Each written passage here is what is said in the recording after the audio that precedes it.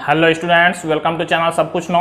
आज आप लोग पढ़ेंगे क्लास 7 मैथ का एक्सरसाइज 6B का फर्स्ट क्वेश्चन।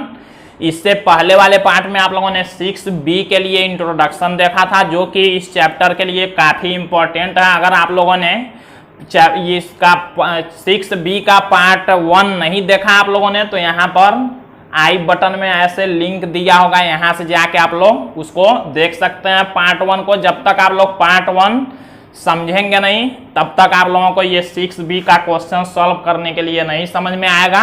तो अगर आप लोग चैनल पर नए हैं तो चैनल को सब्सक्राइब करिए, लाइक करिए, शेयर करिए और वीडियो को पूरा ध्यान से देखिए, एक एक बात को सुनिए, तभी सारी बातें समझ में आएंगी। तो हम लोग देखते हैं फर्स्ट क्वेश्चन इसका दिया हुआ है।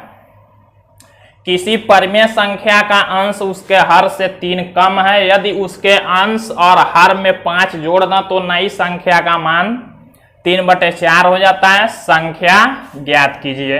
तो देखिए, ये जो क्वेश्चन दिया हुआ है, हो सकता है आप लोगों के बुक में ये क्वेश्चन नहीं दिया हो। तो ये देखिए, ये जो नया वाला कोर्स आया है, जो नया वाला बुक आया है, उसमें ये एक्स्ट्रा चैप्टर दिया हुआ है। इसमें 3 क्वेश्चन दिए हुए हैं। ये एक्स्ट्रा आप लोगों का जो क्वेश्चन दिया होगा आप लोगों के बुक में, वो इस वाले बुक में 6 के C में वो वाला आप लोगों का चैप्टर आएगा। इसमें एक चैप्टर एक्स्ट्रा दिया हुआ है 6B करके, और इसमें हम जो 6 का C पढ़ाएंगे वो आप लोगों का 6 का B होगा। तो आप लोग इस नए वाले कोर्स से, नए वाले बुक से ही पढ़ेंगे। इसी से एग्जाम में भी क्वेश्चन पूछे जाएंगे। तो इसके बाद जो हम 6 का C पढ़ाएंगे वो आप लोगों का 6 का B में दिया होगा। तो इसको भी आप लोग देखिए। तो इसमें देखिए, पहले क्वेश्चन को पढ़ के हम लोग इसको समीकरण बनाते हैं। जैसे हमने इसके इंट्रोडक्शन में समीकरण बनाना बताया था। समीकरण बनाने के बाद चर का मान निकालते हैं। देखिए कैसे। तो देखिए, कह रहा है किसी परिमेय संख्या का अंश उसके हर से 3 कम है। जब अंश और हर दिया है तो समझ जाएंगे आप लोग, संख्या बटे में होगा। अंश और हर किस में रहते हैं? जैसे मान लीजिए कोई संख्या हमने लिखा 6/7, तो यहाँ इसी को परिमेय संख्या कहते हैं, जो बटे में दिया है। और यहाँ 6 को अंश ऊपर वाले को, और नीचे जो 7 है इसको हर कहते हैं। तो अब देखिए, इस क्वेश्चन को कैसे हम लोग पहले मानेंगे। इसमें हमेशा चर में मानेंगे और उसको सॉल्व करेंगे। देखिए, कह रहा है किसी परिमेय संख्या का अंश उसके हर से 3 कम है। तो पहले ध्यान देंगे हम लोग किसको मानेंगे, अंश मानेंगे कि हर। तो देखिए, अंश को कह रहा है हर से 3 कम है, यानी कि हमको अंश नहीं मानना पड़ेगा। पहले हम हर मानेंगे, क्योंकि अंश तो हर से 3 कम हो ही जाएगा। जैसे मान लीजिए अगर 4 हो तो अंश कितना होगा? 3 कम है, यानी कि अंश 1 होगा। अगर हर 7 हो तो अंश क्या है? 3 कम है, तो अंश 4 होगा। इस तरह से तो हमको हर मानना पड़ेगा, तो अंश निकल जाएगा। तो हम लोग यहां लिखते क्या है? माना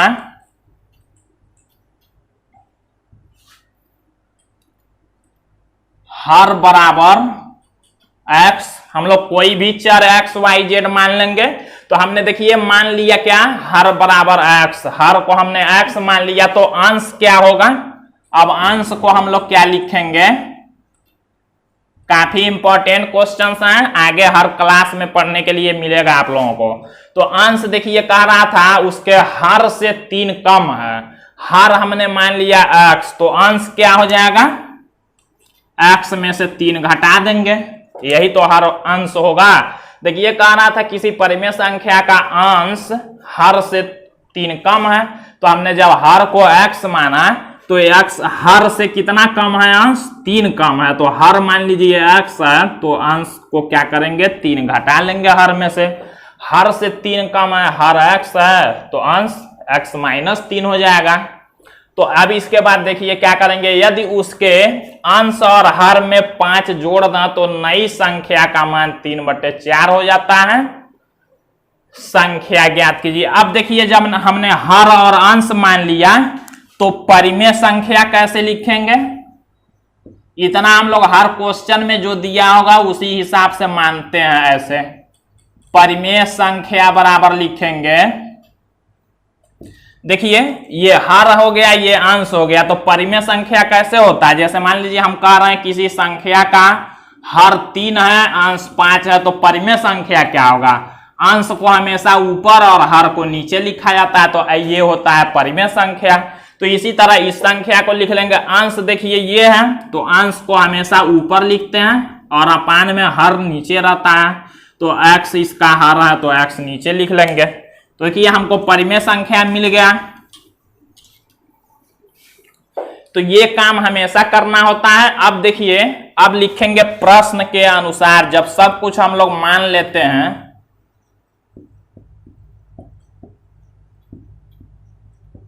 ये सभी क्वेश्चन आप लोगों को जब बार बार इसको रिपीट करेंगे, कई बार सॉल्व करेंगे, तो आप लोगों को क्लियर समझ में आ जाएगा। तो परिमेय संख्या हमने बना लिया चर के रूप में। यही चर को हमको हटा के मान शुद्ध निकालना रहता है कि क्या क्वेश्चन कह रहा है। अभी देखिए कैसे अब कह रहा है प्रश्न के अनुसार। देखिए पहले तो हमको जो नहीं दिया होता उसको मान लेते हैं। कह रहा है यहाँ देखिए संख्या ज्ञात कीजिए, तो वही परिमेय संख्या हमने ज्ञात कर लिया। अब इसी का मान हमको शुद्ध अंकों में निकालना है। तो कह रहा देखिए आगे, यदि उसके अंश और हर में 5 जोड़ दें तो नई संख्या का मान 3/4 हो जाता है। ध्यान दीजिएगा, कह रहा यदि उसके अंश और हर में 5 जोड़ दें, ये अंश है ये हर है, तो देखिए संख्या कैसे लिखेंगे प्रश्न के अनुसार। अब लिखते हैं, जो जोड़ने घटाने के लिए कहता है, ये हमारा है संख्या। तो इसी में क्या कह रहा है कि अंश और हर में 5 जोड़ दें। अंश में भी क्या करना है, 5 जोड़ देना है, और हर में भी 5 जोड़ देना है। तो बराबर क्या हो जाएगा, कह रहा है नई संख्या का मान 3/4 हो जाता है। तो ये जो संख्या है वो 3/4 हो जाता है जब 5 दोनों में जोड़ देंगे। तो अब यहीं से देखिए इसको सॉल्व करना होता है। सॉल्व करके x जो चर होगा उसका मान निकालते हैं। तो देखिए यहाँ या लिख लेंगे। देखिए यहाँ लिखेंगे x, 5 और 3, देखिए प्लस में माइनस में है तो घटा लेंगे। 5 में से 3 जाएगा तो 2, x + 2 बटे x + 5 बराबर 3/4। इतना हो गया। अब आप लोग जानते हैं जब संख्या बटे में दोनों साइड में हो, हमने बताया था यहाँ नीचे कटने वाला रहेगा, एक एक संख्या ही बराबर तो काट लेंगे, कटने वाला नहीं है तो क्रॉस गुणा हमने बताया था। इस नीचे वाले का इस ऊपर वाले में और इस नीचे वाले का इस ऊपर वाले में गुणा करते हैं इसको सॉल्व करने के लिए। तो देखिए यहां लिखते हैं, इस 4 का इसमें गुणा करेंगे तो ऐसे लिखेंगे 4 गुणे x + 2, ये इधर आएगा, इस दोनों में गुणा करना होगा तो इसीलिए हमने ब्रैकेट में लिख लिया। एक से ज्यादा संख्या को ब्रैकेट में लिख लेते हैं। फिर बराबर इस नीचे वाले का इस ऊपर वाले में गुणा करना है, 3 में गुणा करना है x + 5 का। देखिए अब हम लोग गुणा कर लेते हैं। पहले गुणा इसलिए करेंगे कि ब्रैकेट को हटा लेना है। तो 4 का x में गुणा करेंगे 4x प्लस 4 का 2 में गुणा करेंगे 8 बराबर 3 का x में गुणा करेंगे 3x प्लस 3 का 5 में गुणा करेंगे 15। हमने बताया था कि चर को बाएं साइड में लिखते हैं, अचर को दाएं साइड में, तो काम करेंगे। ये सब आप लोगों ने 6a में पढ़ लिया है। तो देखिए 4x, ये 3x प्लस में है, बराबर की इधर करते हैं तो माइनस में होता है, और प्लस 15 इधर, ये प्लस 8 को बराबर को उधर करेंगे तो -8 होगा। अब देखिए 4x में से 3x घटाएंगे तो 1x होगा। 1 यहां नहीं लिखा जाता है तब भी 1 माना जाता है। इक्वल 15 में से 8 घटाएंगे तो 7 होगा। यही x इक्वल देखिए हमारा आ गया 7। हमको पूछा है क्या, संख्या ज्ञात कीजिए। तो संख्या हमने क्या यहां बनाया हुआ था, देखिए संख्या हमने माना था x - 3/x, तो x का मान 7 आ गया। लिखेंगे इसलिए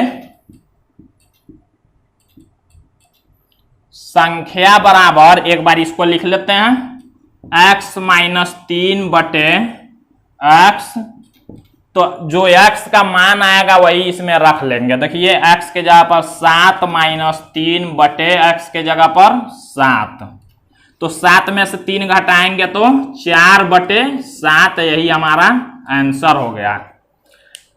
देखिए 7 में से 3 घटा लिए तो 4/7, x के जगह पर हम लोग 7 रख लेंगे, तो ये हमारा आंसर हो गया। तो देखिए अब क्या कैसे का किसी परिमेय संख्या का अंश उसके हर से 3 कम है। अब देखिए हमने कितना ऐसे चर को मान के आसानी से हमने निकाल लिया। देखिए कह रहा उसका अंश हर से 3 कम है, तो देखिए 4 जो है 7 से 3 कम होता है। यदि उसके अंश और हर में 5 जोड़ना नई संख्या 3/4 हो जाती है। तो ऐसे ही ये हमको निकालना था, कोई दिक्कत नहीं है। इसी तरह से क्वेश्चन को सॉल्व करना है। अब हम लोग अगला क्वेश्चन देखते हैं।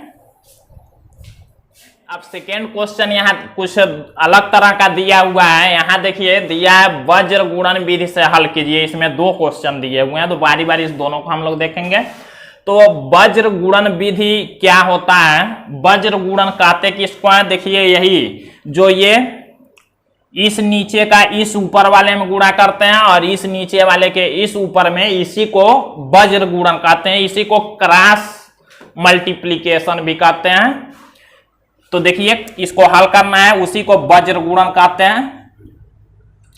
इसका इस नीचे का इस ऊपर वाले में गुणा करेंगे। लिखेंगे कैसे? देखिए 12 गुणे, जब एक से ज्यादा संख्या होगा एक साथ में तो उसको ब्रैकेट में लिखते हैं। इस 12 का इस दोनों में गुणा करना है, बराबर लगाएंगे इस नीचे का इस ऊपर में। तो 11 गुणे 6x + 2 लिख लेना है। अब इसी को सॉल्व कर लेना है। 12 का देखिए पहले 4 में गुणा करेंगे, दोनों प्लस है तो प्लस में ही रहेगा। 12 का 4 में गुणा करेंगे तो 48, इस ये भी दोनों प्लस में है तो यहां प्लस लिखेंगे। 12 का 7x में गुणा करेंगे तो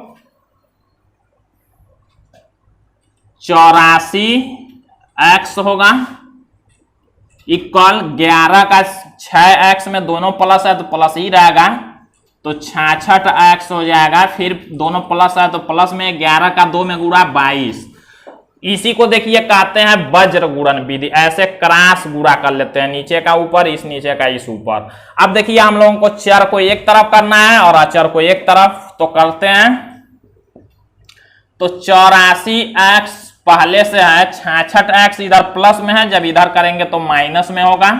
और इक्वल यहाँ 22 पहले से है, इस 48 को जब बराबर की इधर करेंगे तो माइनस में 48 होगा।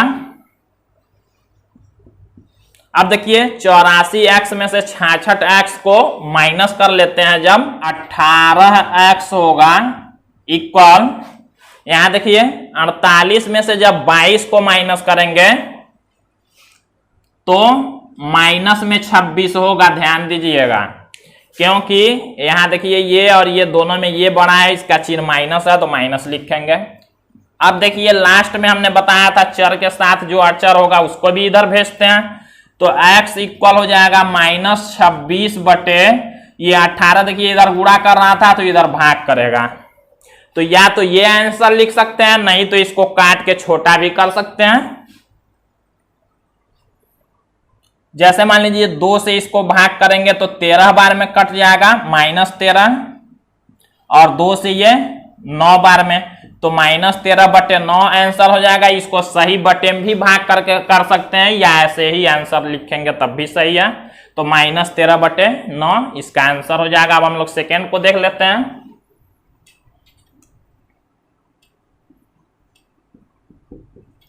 यहां भी देखिए वज्र गुणन मीन्स क्रॉस गुणन करना है, तो 3 का गुणा इस दोनों में कर लेंगे। तो 3 गुणे 2x + 6 लिखेंगे, इक्वल 4 का गुणा उस दोनों में कर लेना है तो 9 + 8x लिखेंगे। गुणा कर लेते हैं। 3 का 2x में गुणा करेंगे तो 6x, 3 का +6 में गुणा करेंगे, दोनों प्लस में है तो +18, इक्वल यहां सभी प्लस में है। 4 का 9 में गुणा करेंगे तो 36, प्लस 4 का 8x में गुणा करेंगे तो 32x। अब देखिए x वाले को एक तरफ कर लेना है, तो 6x पहले से 32x को जब इधर करेंगे तो माइनस में हो जाएगा, और इक्वल यहां पहले 36 है, प्लस 18 को इधर करेंगे तो माइनस में 18 होगा। 32x में से 6x माइनस करेंगे तो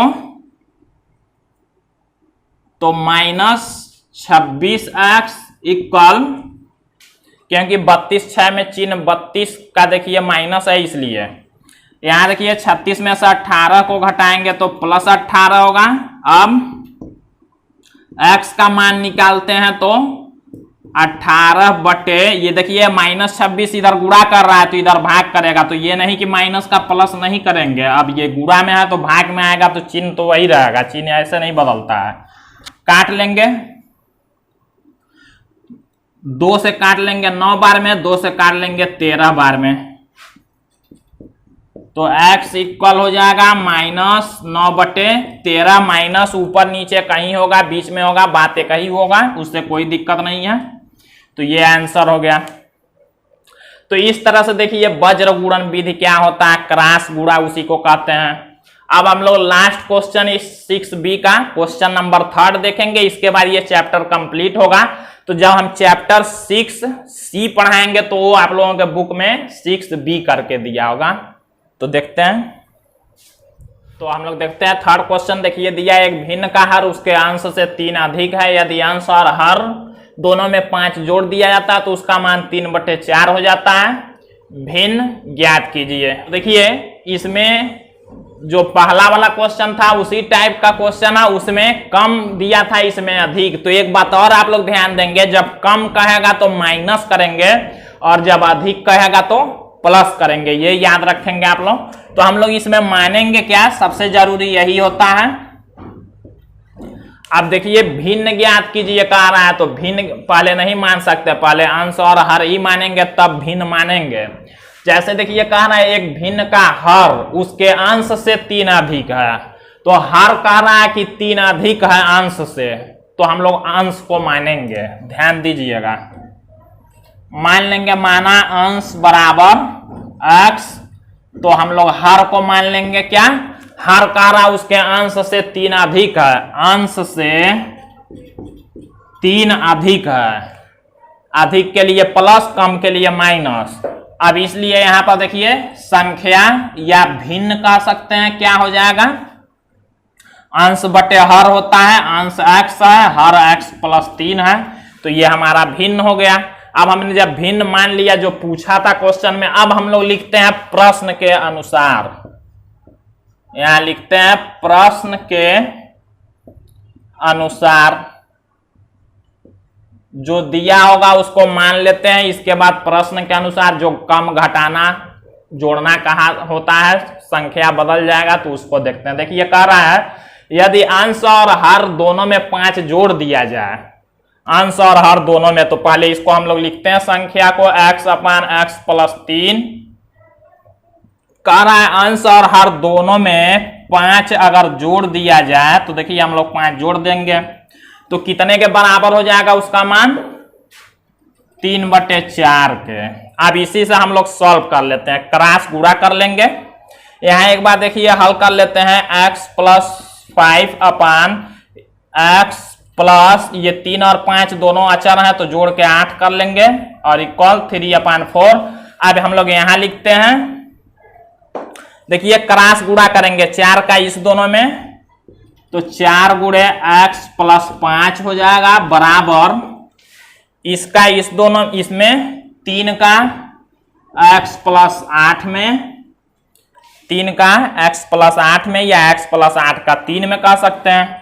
अब हम लोग सॉल्व कर लेते हैं, 4 का x में गुणा 4x, 4 का 5 में गुणा प्लस में ही होगा 20, 3 का x में गुणा 3x प्लस 3 का 8 में गुणा 24। 4 को एक तरफ, अचर को एक तरफ करते हैं, तो देखिए 4x, ये 3x को जब इधर करेंगे तो माइनस में होगा क्योंकि बराबर को उधर प्लस में है, और ये 24 + 20 को इधर करेंगे तो -20 हो जाएगा। 4x में 3x घटाएंगे तो 1x होगा, 1 नहीं लिखा जाता है, बराबर 24 में से 20 को घटाएंगे तो 4। अब जब हमने x का मान निकाल लिया तो इसी को जो भिन्न है, भिन्न जो पूछा होगा, देखिए भिन्न ज्ञात कीजिए, तो भिन्न हमने माना इतना, तो लिखेंगे इसलिए